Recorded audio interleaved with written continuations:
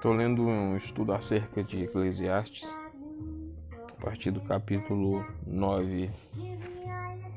Em vista da morte, tenha prazer na vida.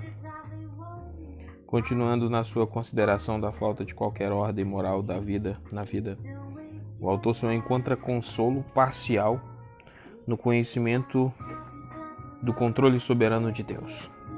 Pois o homem não tem como saber se as coisas que lhe acontecem são um sinal do agrado ou do desagrado de Deus. O mesmo destino, a morte, sobrevém a todos os homens, quer bons, quer maus. A vantagem não é a do homem bom sobre o mal, mas dos vivos sobre os mortos. Os vivos ainda conseguem saber e fazer coisas, mas os mortos são inúteis e esquecidos. Versículos 4 a 6. Por isso, a pessoa deve extrair da vida e investir nela, enquanto puder, pois não haverá mais oportunidades após a morte. Muita coisa na vida parece depender do acaso. Os que merecem o sucesso não o usufruem. Os que não merecem a calamidade são repentinamente pegos por ela. Capítulo 9:1. Nisso tudo, liga essa parte aos versículos anteriores. Seja amor ou ódio, o amor de Deus ou o seu ódio, sua aprovação ou desaprovação. O futuro que é tão incerto para o justo como é para o ímpio. A única certeza é a morte. Versículo 4. Cachorro, o mais desprezado dos animais no Oriente. Leão, o mais nobre dos animais. Versículo 5. O autor diminui a esperança do versículo anterior. É certo que os vivos também sabem alguma coisa. Sabem que vão morrer. Os mortos nada sabem. O contexto ou uma olhada para um cadáver deixa o sentido óbvio. Os mortos não podem mais participar das atividades cotidianas da vida. Versículo 7. Não o prazer desenfreado para o próprio bem, mas o desfrutar das coisas boas da vida como presentes de Deus. Deus já se agradou ou aprovou esse prazer. Vê comentário de 2:24 a 26, 3:12 a 13 e 5:18 a 19. O prazer é de intensidade total. Versículo 8. Vestido com roupas de festa, de branco, nota de rodapé da NVI, óleo, sinais de alegria. Versículo 10, vê comentário de 2:15. Versículo 11 e 12, os 4 exemplos são dados não para elogiar a indolência, a fraqueza, a preguiça ou a tolice, mas para destacar que o infortúnio com frequência assalta os que merecem o sucesso. 8. A sabedoria é melhor que a tolice. 9:13 a 10:20. Nessa seção, o autor parece ter agrupado uma série de ilustrações e provérbios que, embora típicos no estilo do ensino sapiencial convencional, são usados de forma coerente com o tema do seu livro. Ele começa com uma história simples que ilustra como um homem pode salvar uma cidade por meio da sua sabedoria, ainda que não tiver riqueza nem poder, seja logo esquecido, até mesmo por aqueles que salvou. Versículo 13 a 16. Os homens podem até vangloriar-se e se orgulhar e exibir seu poder, mas é a palavra calma da sabedoria que salva.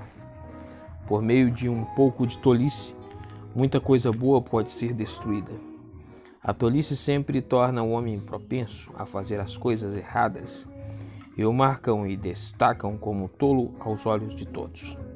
Em contraste com isso, o sábio sempre sabe como agir.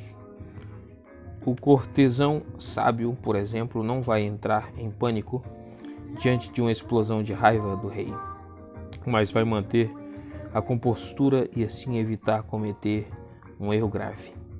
Infelizmente, os tolos com frequência chegam ao poder, enquanto homens mais capazes não têm essa oportunidade. Não somente no serviço do rei, mas na maioria das coisas que a pessoa faz, existe um elemento de perigo. Por isso, sempre é sábio ser cuidadoso e estar bem preparado. Do contrário, o sucesso esperado pode terminar em desastre. Versículo 8 a 11. O tolo fala sem pensar nas consequências das suas palavras e assim causa sua própria destruição. Ele se cansa com conversas intermináveis sobre questões que o homem não consegue resolver. Ele é tão estúpido que nem consegue achar o caminho de casa. Governantes que são imaturos e irresponsáveis, que usam sua posição somente para o seu conforto, sem consideração pelas necessidades do povo, são uma maldição para o país que governam. Não são assim os que vêm de boa família e que executam suas responsabilidades com dignidade e autocontrole. A ociosidade traz a deterioração. A pessoa preguiçosa precisa lembrar que, se quer usufruir as coisas boas da vida, precisa ter o dinheiro para comprá-las. O homem sábio aprende a controlar seus pensamentos e sua fala e assim se manter fora de problemas. Ele vai lembrar sempre que paredes têm ouvidos. 9:13. Embora a história ilustre o fato de que a sabedoria é melhor do que a força, ela também ilustra o que foi relatado antes. A sugestão de que o homem pobre mais sábio foi Arquimedes, que ajudou a cidade de Siracusa por meio da sua sabedoria, quando foi sitiada pelos romanos em 212 a.C., é improvável em razão da data e de outras circunstâncias. 10:1. Assim como algumas moscas moribundas podem arruinar um bom perfume, um pouco de tolice pode arruinar o bem que foi criado pela sabedoria. Versículo 2. Para o bem, para o mal, no hebraico, para a direita, para a esquerda. Em culturas antigas, a direita e a esquerda eram associadas respectivamente à destreza e inaptidão, daí aprovação e desaprovação, daí certo e errado, ou como neste versículo, bem e mal. 3b, significado por meio de seu comportamento. Ele anuncia sua própria tolice? Não. Ele chama a todos de tolos. Versículo 4, mais uma indicação do pano de fundo social do autor e de seus alunos, vê comentário de 2:8. Observe também os versículos 16, 17 e 20 a seguir. Versículo 8, poço para pegar animais selvagens. Esses versículos estão relacionados a riscos ocupacionais e não a trapaças contra o próximo. A lição: cuidado. Um muro. Muros de pedras eram lugares propícios para esconderijos de cobras. Versículo 10. Por que usar um machado cego? É mais sábio afiar o machado antes e assim poupar energia. A lição: sempre esteja bem preparado. Assim também no versículo 11, não adianta nada você saber encantar cobras se deixar que uma delas o morda. NTLH. Versículo 15. Nem consegue achar o caminho de casa, provavelmente uma expressão idiomática, sugerindo grande estupidez. Versículo 16. Jovem realça a falta de experiência. Fazem banquetes logo de manhã, hora errada para festanças, é um sinal de decadência de um governo.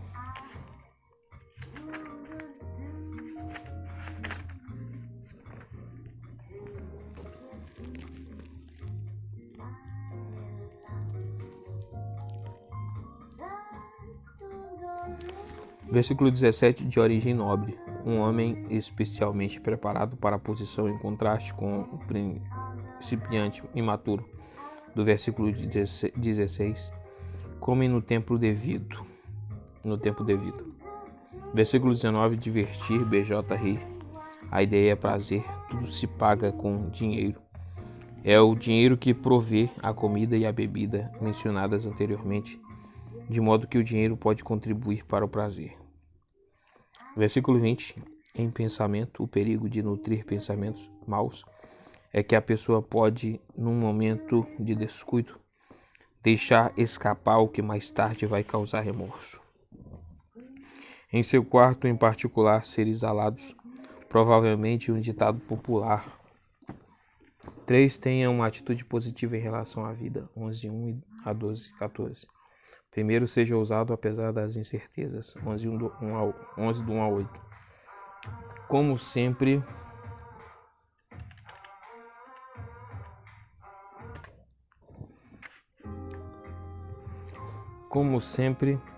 o autor não aprova a atitude passiva em relação à vida.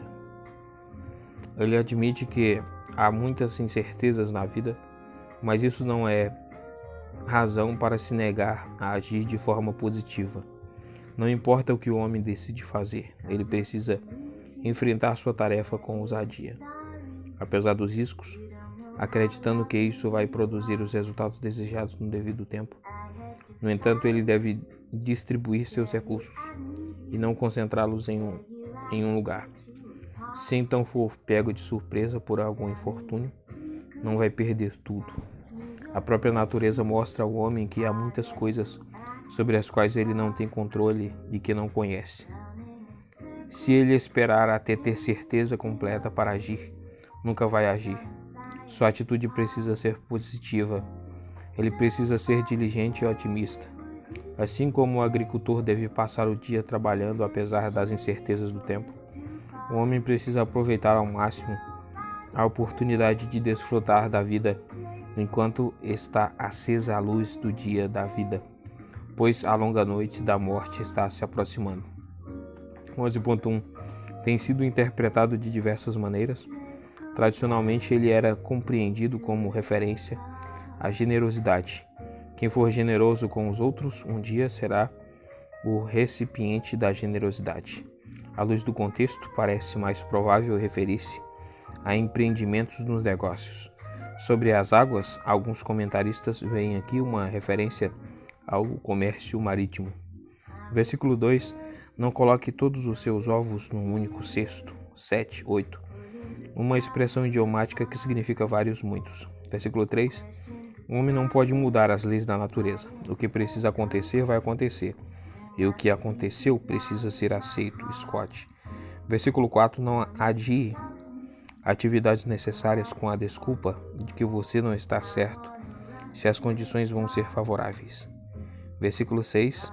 As duas serão igualmente boas. Observe o otimismo do autor em contraste com o pessimismo, de que é tão frequentemente acusado. Ele nem considera a possibilidade de nenhuma das duas dar certo. Versículo 7 e 8. A vida é comparada à luz do dia, a morte, à escuridão da noite. 2. Usufruir a vida é uma responsabilidade. 11:9 e 12:8. Para o autor, desfrutar da vida não é algo a que se pode ficar indiferente. Não é algo que a pessoa pode deixar ao acaso, com a vaga esperança de que um dia o prazer na vida virá ao seu encontro. Ela tem a responsabilidade definida de usufruir a vida agora, e Deus vai chamá-la para prestar contas sobre a forma em que cumpriu essa responsabilidade. É particularmente importante que a pessoa entenda isso enquanto ainda é jovem, para assim evitar abusar das suas capacidades físicas e mentais e usá-las em empreendimentos fúteis, pois vai descobrir que a capacidade de usufruir bem a vida terá desaparecido antes que perceba. Que o jovem se lembre que Deus é o Criador, o doador da vida e de todas as coisas boas, e que assim ele desfrute do mundo criado por Deus e do dom da vida, que Deus deu, pois tinha a intenção de que fossem bem aproveitados.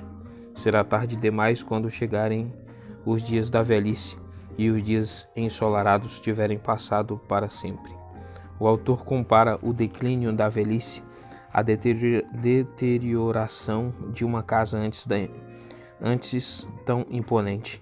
O velho trêmulo, encurvado, meio cego, meio surdo, incapaz de dormir bem, que tem medo de altura e pavor de terrores imaginários, perdeu o gosto pela vida. Finalmente a morte o domina. Ele é, para usar mais uma comparação, como um vaso quebrado ou uma jarra de água estilhaçada. A vida completou o seu ciclo. No final, leva a nada. Versículos 6 a 8. Capítulo 11.9, versículo 9. Alegre-se o autor...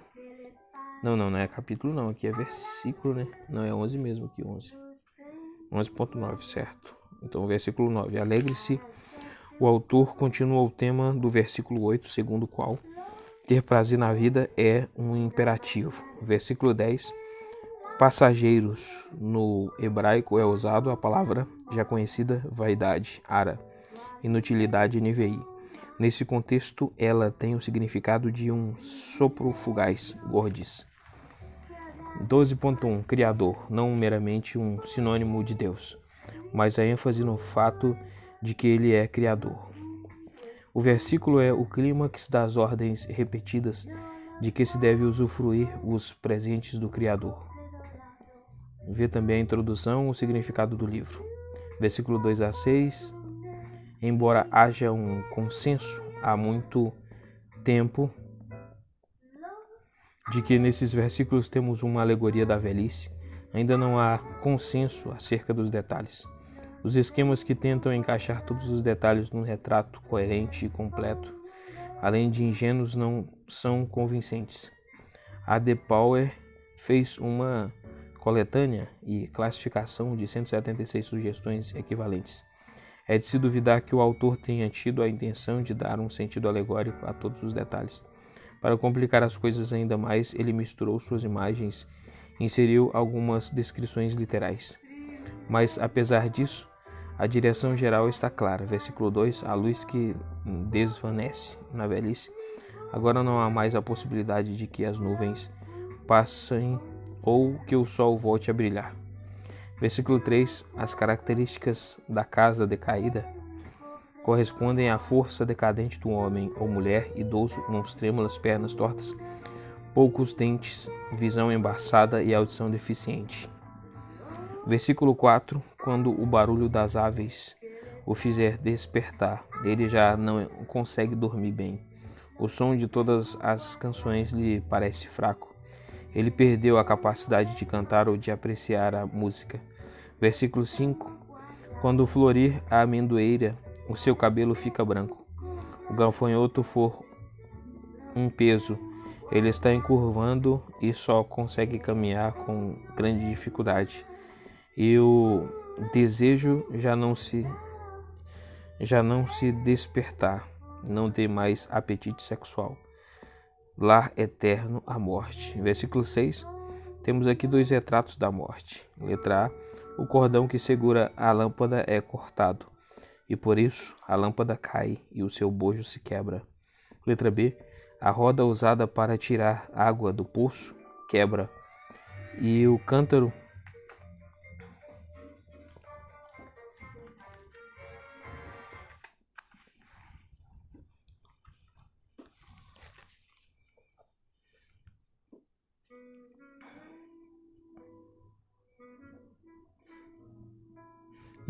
se despedaça. Versículo 7. E o Espírito volte a Deus que o deu. Toda a vida pertence a Deus. Ela vem dele e é encerrada quando ele determina. 3 comentários finais, 12, do 9 ao 14.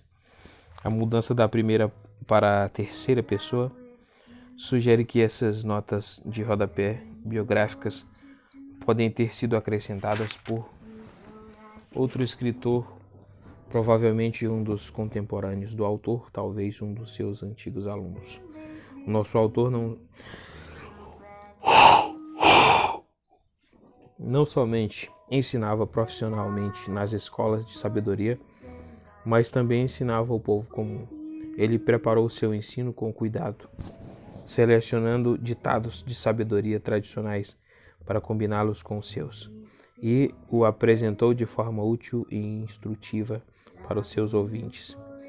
Mas ele nunca distorceu a verdade para ajudá-la a seus propósitos. O autor acrescenta o comentário de que esse tipo de ensino de sabedoria, cuja verdadeira fonte é Deus, estimula os ouvintes e fica bem firme na mente deles. Entretanto, uma advertência é necessária, pois o estudo excessivo pode ser prejudicial, especialmente se a pessoa se aventura além dos ensinos expostos pelos sábios, no versículo 12. O temor a Deus e a obediência a seus mandamentos ainda são fundamentais para todo o comportamento do homem, e Deus vai lhe pedir contas das suas ações. 12 do 9 ao 14, Gorgias vê aqui somente um acréscimo editorial. Rank V2, o elogio de um primeiro discípulo e a advertência de um segundo discípulo. Reisfeld, também V2, mas começando no versículo 12, versículo 13 e 14, versículo 9. Povo, em contraste com os filhos dos ricos que frequentam as escolas de sabedoria, colecionou e inclui a ideia de ser autor. Versículo 11, único pastor, Deus. Versículo 12, meu filho, uma forma comum de tratamento entre mestre e discípulo. Cuidado, nada acrescente a eles. Uma tradução duvidosa. É possível que deva ser traduzido simplesmente por há mais uma coisa que eu quero dizer. NTLH. Referindo-se ao que segue nos versículos 13 e 14. O fato de um homem usufruir a vida como presente de Deus não o dispensa da obediência, nem o isenta do juízo. E aí vem a bibliografia e acabou, então, o estudo acerca do livro de Eclesiastes.